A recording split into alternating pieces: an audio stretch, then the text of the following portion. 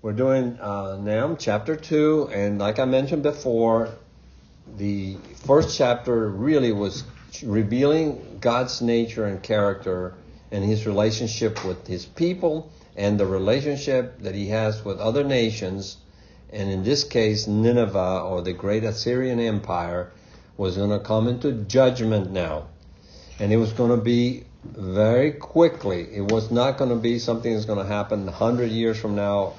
Some estimates have it as short as 18 years from the time that Nahum gave the prophecy to the time where the actual destruction came. So now that we're entering chapter 2, before I begin on chapter 2, and please, there we go, this thing is working. Sandrita, I don't know if you can see that, Deuteronomy 29, 3. Right. What I wanted to bring up on that is because something we brought up last week. It was a question that I asked, but then I thought, you know what? When it comes to judgment, that fits right into today's message.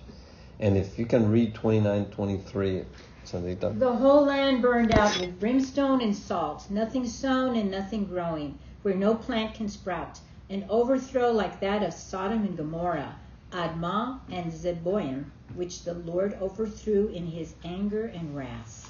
Okay, that's what I was mentioning last week, that it wasn't just Sodom, and it wasn't just Gomorrah. Yeah. That there were four altogether. And Jude tells us later on in Jude that he had destroyed Sodom and Gomorrah and these neighboring cities. Mm-hmm. Now here in Deuteronomy we have the names of those places. Wow. Yeah. So we actually know that they were who they were. And what kind of like Nineveh. When Nineveh went, it wasn't just Nineveh that went. It was a whole Assyrian empire that went down with it.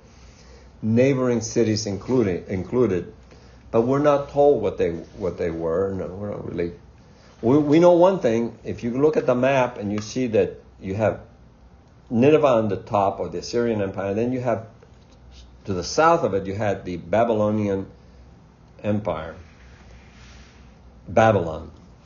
Mm-hmm. They were all part of modern Iraq, but they were separate empires. And as kind of a quick review, that the Ninevites, the Assyrians, were very, very cruel. They developed their power and their might for their empire through how they treated their neighbors, how they took their gold, how they took their lives, how they were predatory, live by the sword, die by the sword type of people.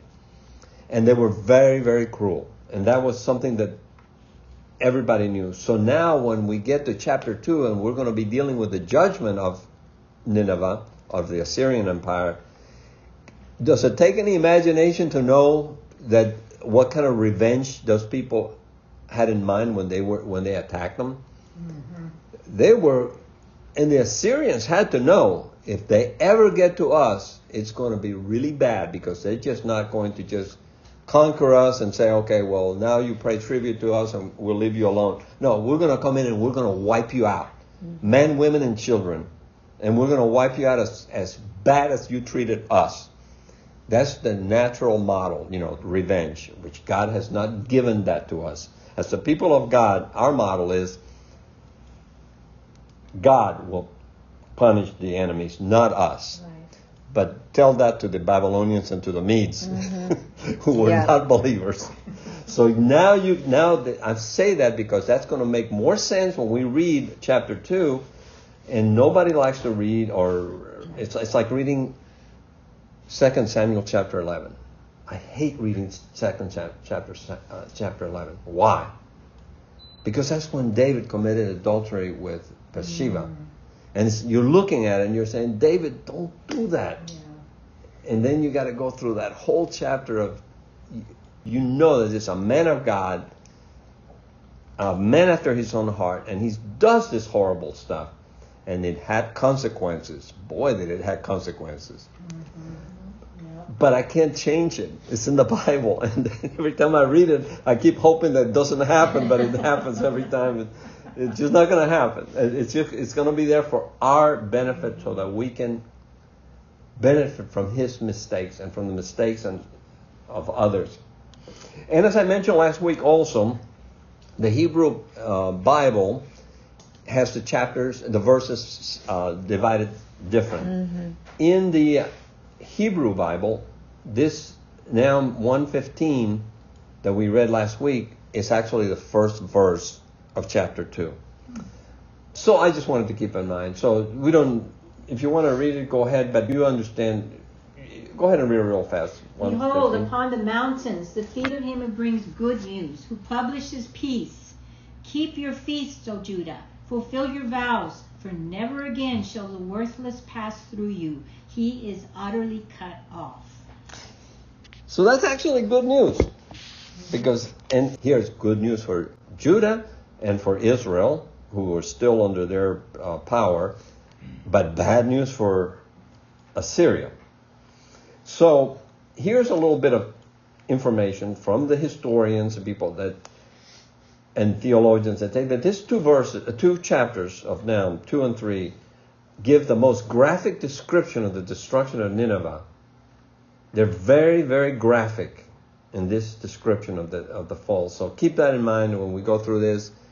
It's going to be tough, but that's what happened. And my concern is that, the United States doesn't have to go through this. Mm-hmm. Not, at least not in my generation. To not on our watch. Because when it comes pay time. Mm-hmm. So here's a little bit of information from the historians and people that and theologians that say that these two chapters of Nahum 2 and 3 give the most graphic description of the destruction of Nineveh. They're very, very graphic in this description of the fall. So keep that in mind when we go through this. It's going to be tough, but that's what happened. And my concern is that, the United States doesn't have to go through this. Mm-hmm. Not, at least not in my generation. Not on our watch. Because when it comes pay time. Mm-hmm. But here's some statistics about why Nineveh was so hard to conquer. Why it was so impregnable. The walls were 100 feet high. Have you ever been up 100 feet? You know what that looks down? When you look from 100 feet down, especially if you have, what do they call that? A fear of heights. Boy, you get dizzy. You get dizzy just looking down. Now, back in this ancient time, 100 feet, that was unheard of. Yeah. I mean, that was pretty significant. And it was also around 60 miles circumference. Can you imagine the size of that thing? It was pretty big. Like it took 3 days to walk from one end to the other. And chariots drove on top. The walls were wide enough that you can have chariots that could go all the way around on the top of the wall. And it had, and this is a statistic that I found so hard to believe because all the sketches that we have only have like maybe 8 or 9 towers. But no, they said there were about 1,200 towers. Wow. So the city was, and not to mention the wide moat that it had, so that when an army came in, like the Babylonians did, 3 years before the fall of Nineveh, the Babylonians and the Medes, but mainly the Babylonians had made, for 3 years, they had made 3 major attacks on Nineveh and was unable to defeat it.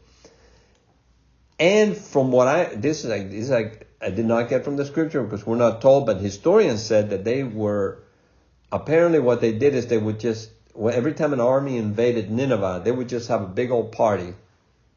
Because it was kind of like a mockery of the people, like, hey, we're not afraid of you. We can have a drunken party because you're not going to be able to get in. Mm-hmm. I mean, for centuries they have been trying to conquer us. Nobody has been able to do it. Why should we be afraid this time? Mm-hmm. So that was sort of their attitude.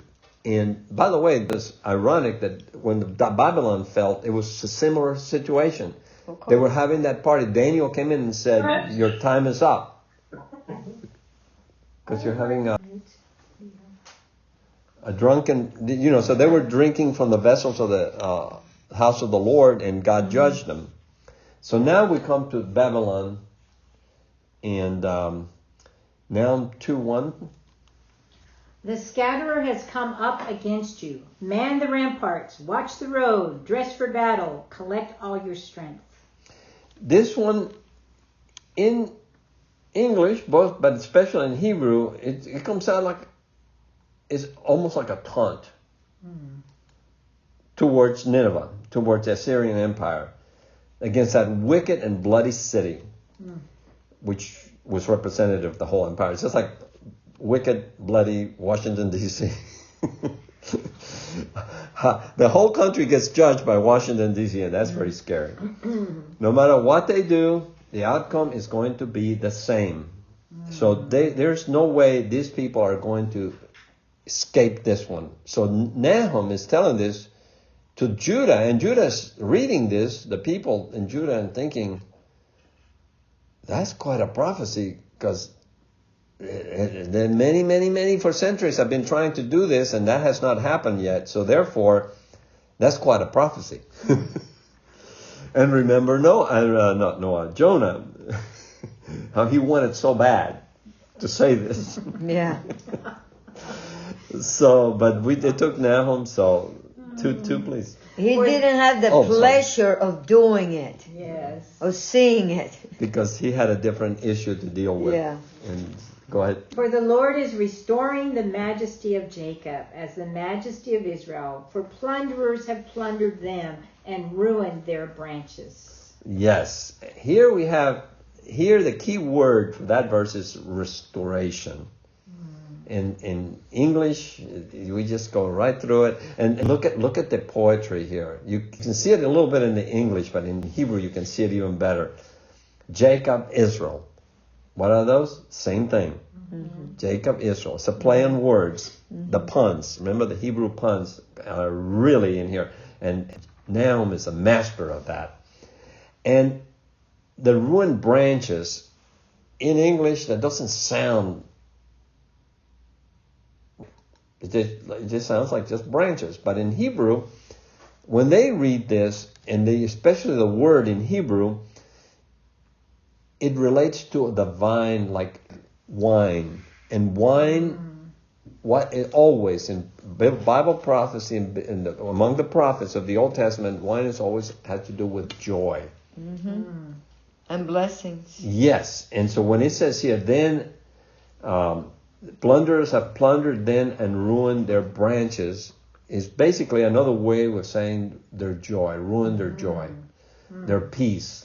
Everything gets removed. That's what Nineveh and Assyrians had been doing, not only to Israel, but to Judah and to everybody else that was around them. And I don't know if I'm going to mention this a little later, so I'll say it now. The wealth that was in Nineveh was incredible. How much gold. And it actually does tell you in here. It doesn't tell you specifically, but you can read into it that there was just incredible amount of wealth. And I guess everybody that wanted to invade Nineveh knew that. Yeah. So when Everything was stolen. Well, they had taken the gold, and you remember, like the ancient pyramids. They knew that the pharaohs were buried with treasure, and it didn't take long before somebody would get in there and take the gold. The only one that didn't catch for some reason was Tutankhamun. And maybe there might be another one they haven't discovered yet. And Tutankhamun was not a great pharaoh as far as ancient Egypt. And yet, look at all the gold they found there. It was the gold of a king. Anyway, just wanted to keep that in mind.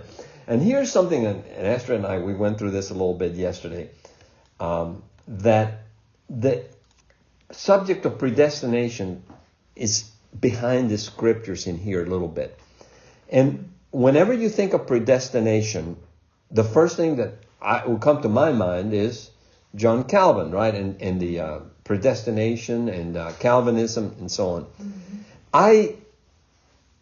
I think that's it's such a complete misinterpretation of Scripture. I cannot believe that modern day denominations, Baptists, Southern Baptists, and mainline denominations are still infested with Calvinism. It attracts mostly the higher-ups and academia within the theological community. But to me, it's fruit from a poisonous tree. And I wanted to make a clarification of this, and I give credit to Dr. Baruch Corman for this, because he's the one that explained it, and I love that explanation. He said, predestination only has relevance when you are in Yeshua, in the Messiah. Yes. Outside of that, it doesn't work. It does not work. It's like trying to put a 5-volt battery and try to start your car with a 5-volt little battery that you use for your flashlight. They don't work. It's a complete mismatch. Same thing with predestination. And here's an example, and I know Ashley will really appreciate this because Mom was an excellent seamstress. Since she was a kid, she had that natural talent to make her own clothing. Now, I don't know how she did it in her days, but I know how they have been doing it in modern days. You buy a pattern. And if you have the pattern for a dress, and you're a seamstress, before you ever put that dress together, because you have the pattern, you know what the outcome is going to be. If you follow that pattern, that dress will come out exactly as the pattern was made to fit. The outcome is certain. And that happens in predestination in Yeshua. You follow his guidelines, and the outcome is going to be exactly predictable. It's not going to be, you're not going to come in with one pattern to make a dress and you come up with a pair of pants. Right. The process. That's never going to happen. If it's a dress, it's going to be a dress. Same thing with predestination. So keep that in mind, because I thought that was a very good example of how a dress is made, which I've never made one. Okay. But I'd seen Mom do it, and she did a fantastic job, and it was amazing how she had that talent. So 2-3. The shield of his mighty men is red. His soldiers are clothed in scarlet. The chariots come with flashing metal on the day he musters them. The cypress spears are brandished. This is very poetic Hebrew here, this whole thing. Just take my word for it. Very poetic. But some of it you can see. When he talks about red here, what do you think red is talking about here? Blood. I mean, the scarlet. See how he uses red and scarlet. This is all that Hebrewism, the poetry that he uses, that even in English you can still see some of it. But at the end here, that verse, the very last one, I thought it was very interesting because it says, the cypress spears are brandished.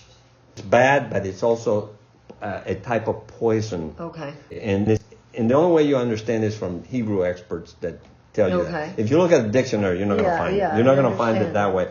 But you'll have to take the guy that teaches this in Hebrew to say that what happens when you have that poisonous spear, that the image here is that spear is, when it's poison, it means that it's defective. It means that their spears are not going to be accomplishing the purpose that they want. That's going to be a weapon that's going to fail on them. That was the image there. So 4-8. The chariots race madly through the streets. They rush to and fro through the squares. They gleam like torches. They dart like lightning. He remembers his officers. They stumble as they go. They hasten to the wall. The siege tower is set up. The river gates are opened. The palace melts away. Its mistress is stripped. She is carried off.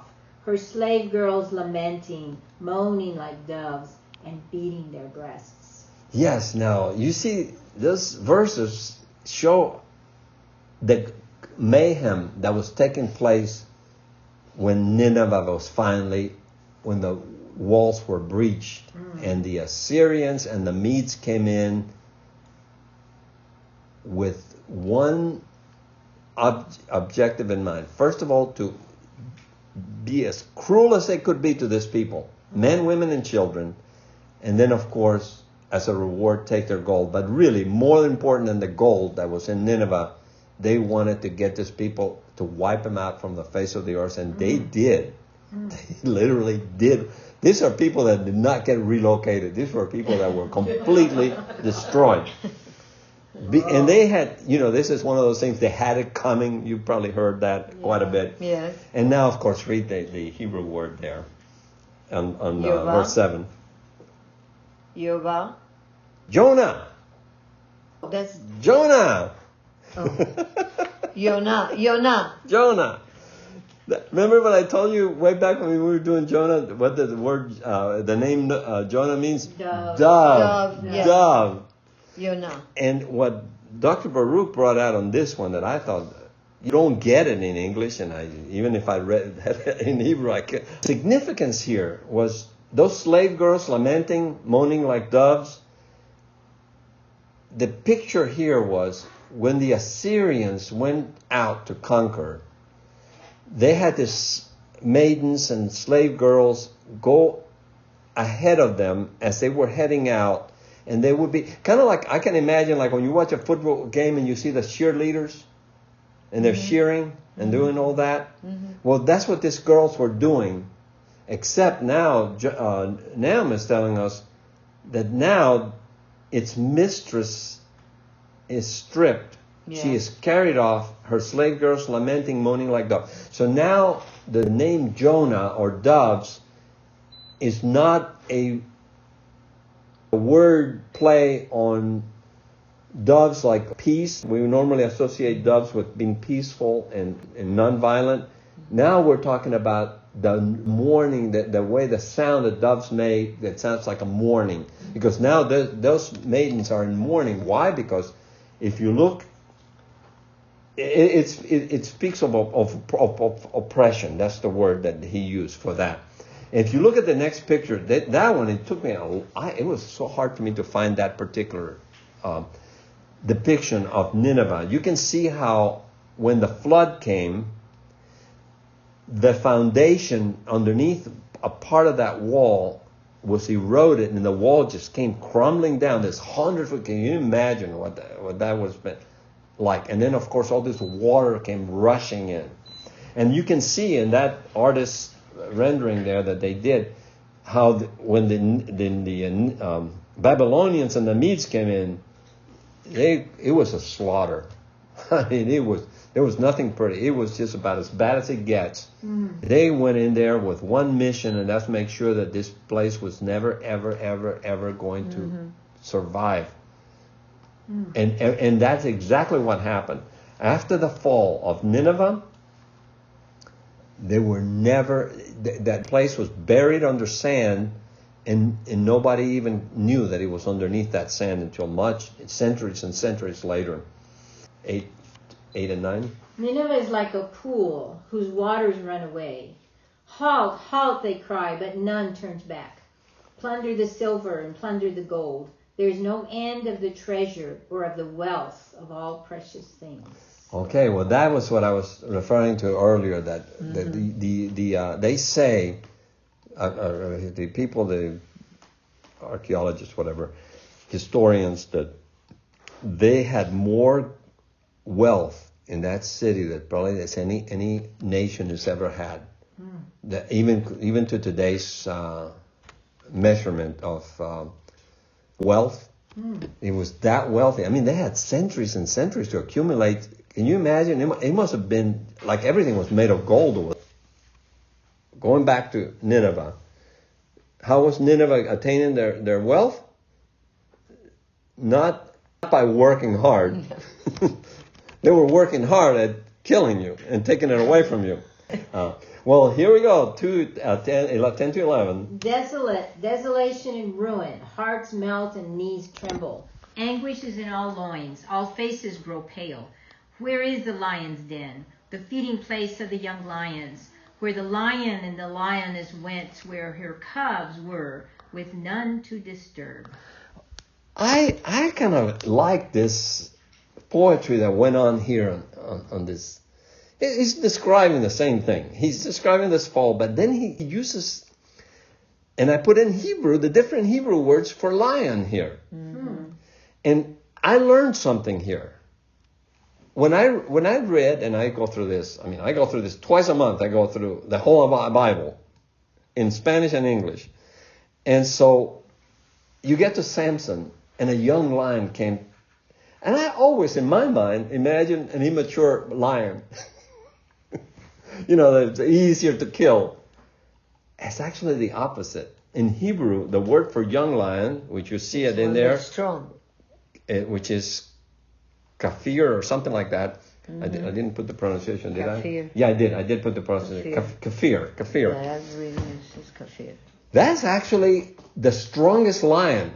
A young lion in Hebrew, the kafir lion, is the one you don't want to meet. Yeah, because he's the one that is at his prime. At his prime, yeah. And that's the one Samson tore he tore him to pieces with his bare hands.